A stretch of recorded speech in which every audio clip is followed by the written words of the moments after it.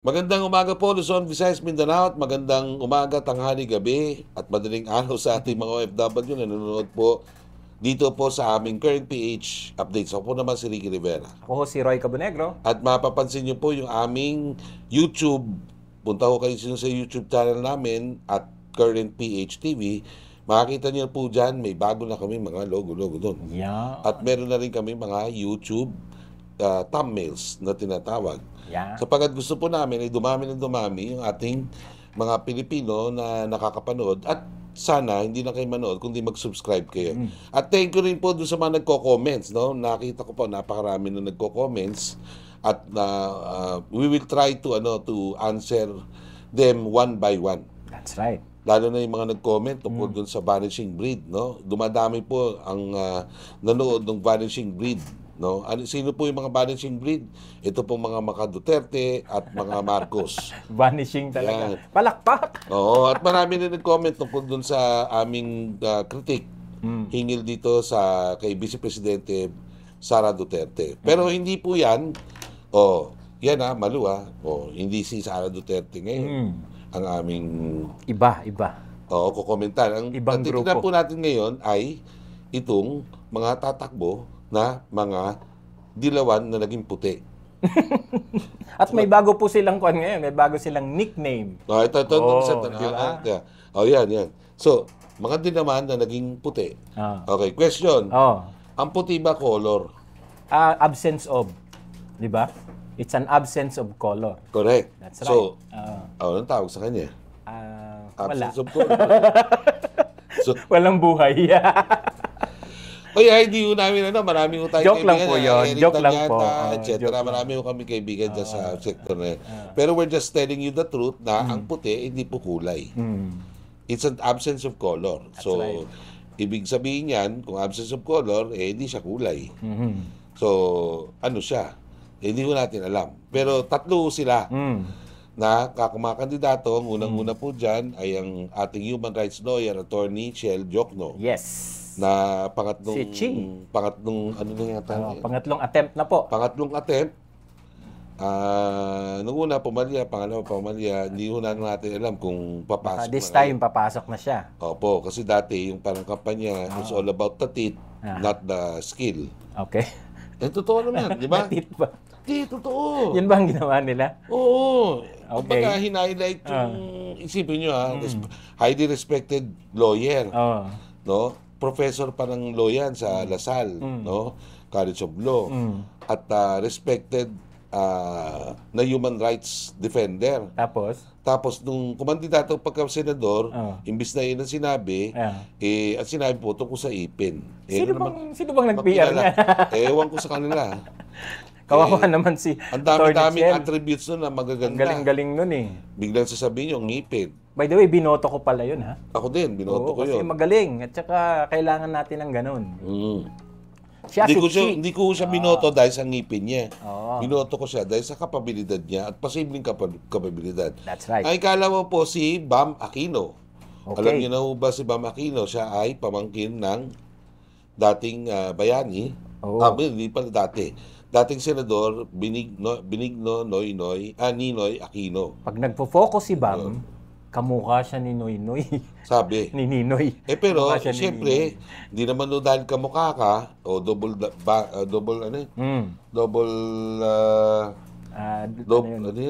anyway, kung magkamukha ka, hindi naman nangangahulugan na pareho kayo ng skill. O pareho kayo ng utak. Tsaka yun din minsan ang dilema, no? Kasi, dynasty. Another Aquino. At sumunod po doon, ang susunod yung pangatlo natin, tadan! Dating senador, Francisco Kiko Pangilinan. Si Key. Asawa ni Sharon. Pero ayaw niyang maging ganon. So, gusto niya, may separate siyang identity. So, yung kanyang identity ngayon ay? Si Key. Hindi. Yung dating identity. Pangilinan. Diba? Hindi. Ano pang ano yan? Magsasaka, di ba? Yes. Nung huli siya daw ay magsasaka.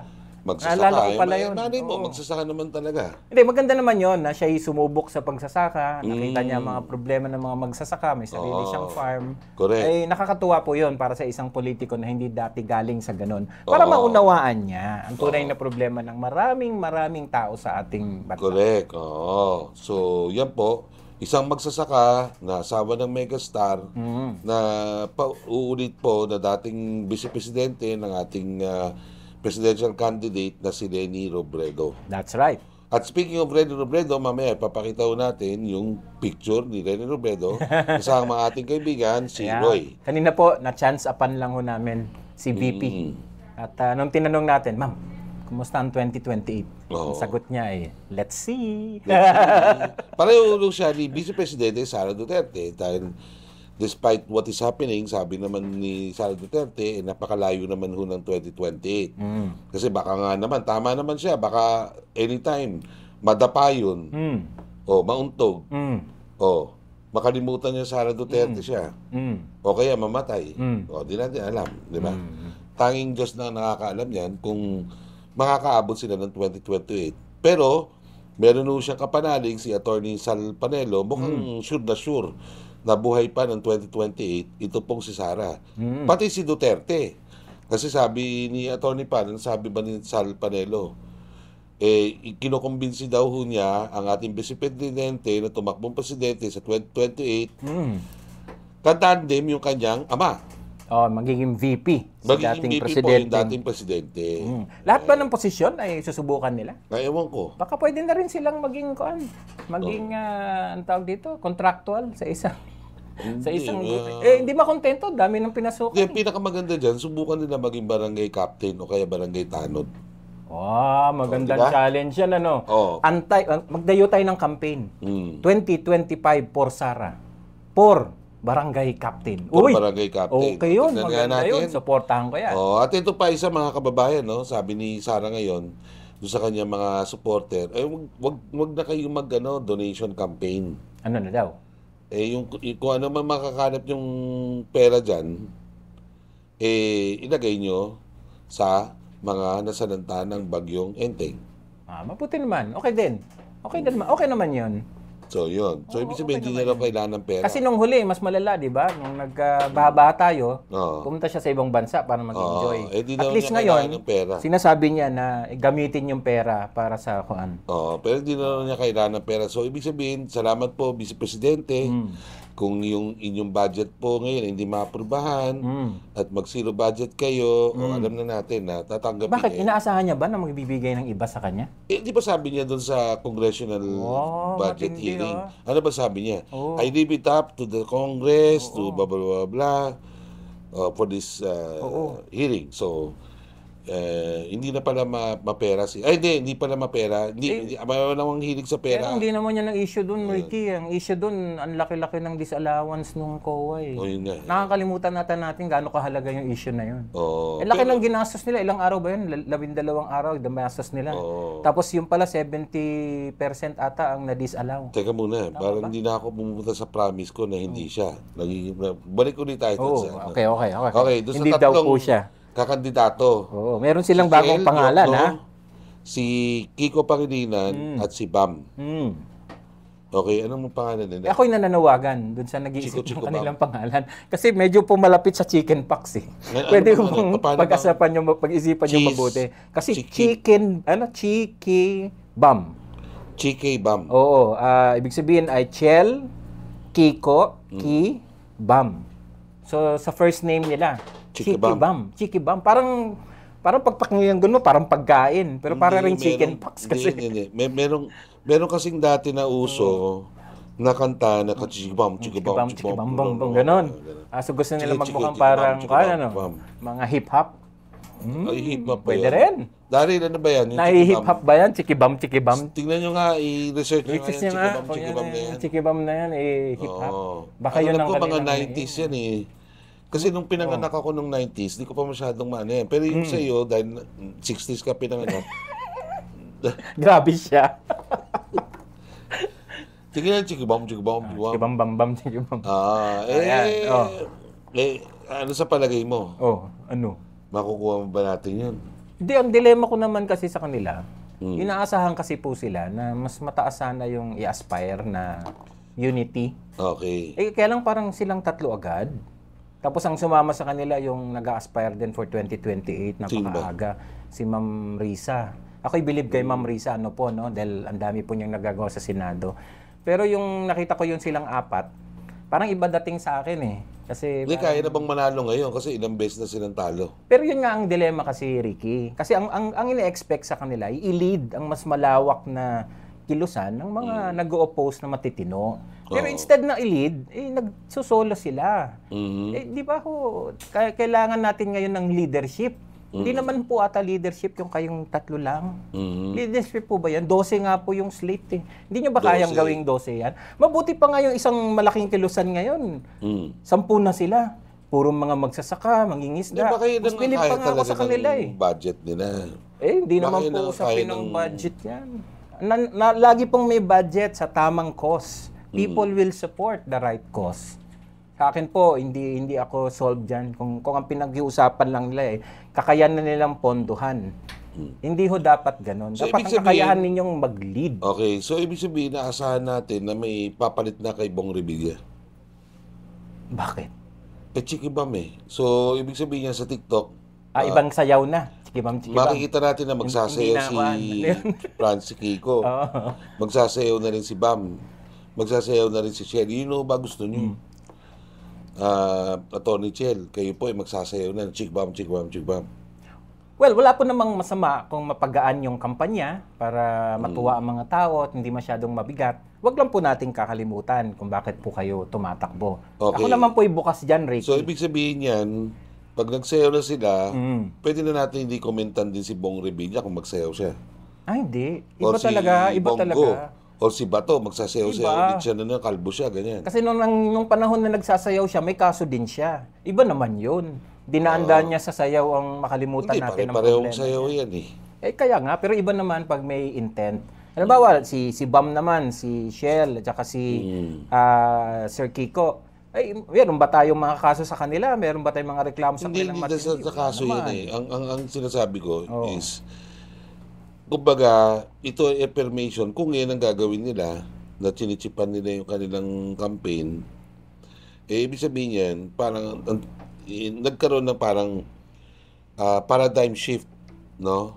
Doon sa pagkakatingin ng XLP na ngayon ay puti na, dating dilawan, ngayon puti, doon sa masa.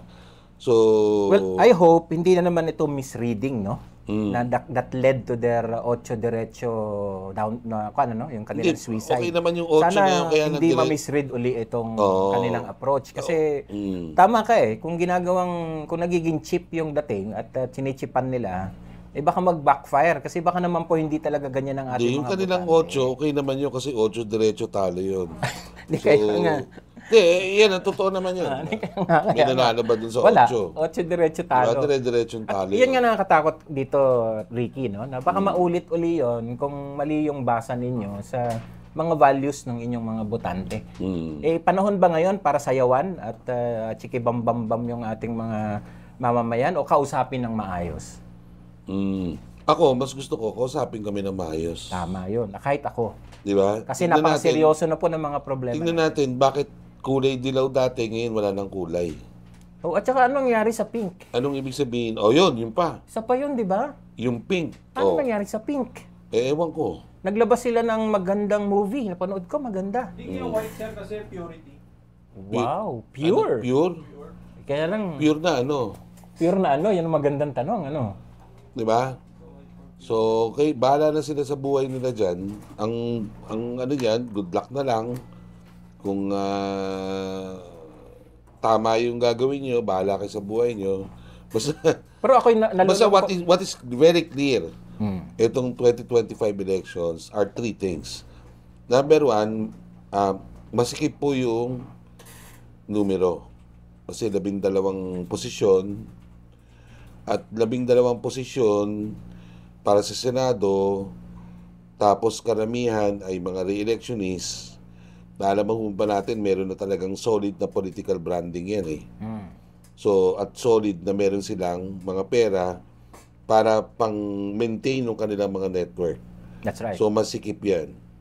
Kung hindi ka pa nananalo dati at ano ka ngayon, panibagong ano yan.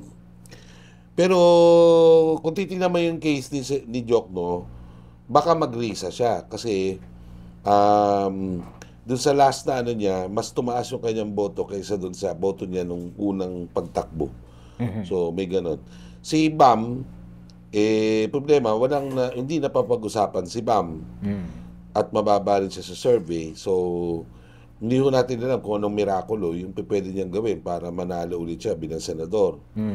Si Kiko naman, palagi nakakaibad dyan yung si Sharon So, baka maalala ng botante yan. Ang tanong, ano ba maalala tungkol sa kanya? Yun ang kailangan nung nilang sagutin sa mga susunod na panahon bago mag-October. Kasi October is filing of candidacy. So, nasa inyo yan, mga sir, sa dilaw na ngayon ay puti, bahala kayo sa buhay nyo. Pero, masyadong masikip at hindi ko natin alam kung ano pa dinadala, ba't sila naging puti. Ako naman, Ricky, ako may konting kalungkutan nung nakita ko yung tatlo. Kasi ang inaasahan ko po talaga, stronger leadership sa unified opposition. At hindi ko po yan nakikitaan ngayon. Parang ang dating sa akin ay nagsusolo flight sila. Baka ngayon nga yung way for them to win. Yeah, but they should say it right away. They should claim it right away. Pero sa tingin ko, without the rest, at solo sila, I don't think na mananalo sila. Kasi una, ang senatorial campaign sa totoo, it's really an individual campaign. Kahit na halimbawa, kunyari, nasa Partido Liberal ka, kunyari, 12 kayo. Actually, 12 kayong magkakaaway doon. That's right. That's right. Kahit na nandun ka kahit magkakasama kayo. That's right. Kaya lang naman pumupunta sa mga yan because of resources. Pandagdag doon sa common existing machinery. So magkakatalo pa rin yan doon sa individual na mga networks nila. Pataasan ng boto pa rin sila lahat. Correct. At kung tama din yung sinasabi ng isa na baka yung pinaghirapan ng 2019 magbunga na ng 2024 2025, ayun. Tingnan natin kasi yung mga dating university college students ngayon ay kuan na. Ngayon na super duper adult na sila na mga botante. That's right. May kakayanan ng magpondo. So hintayin natin yan, tabayanan natin. Sabi nga nila makikita natin yung katotohanan doon sa execution, after the execution ng kanilang mga kampanya. Maraming salamat po mga kababayan.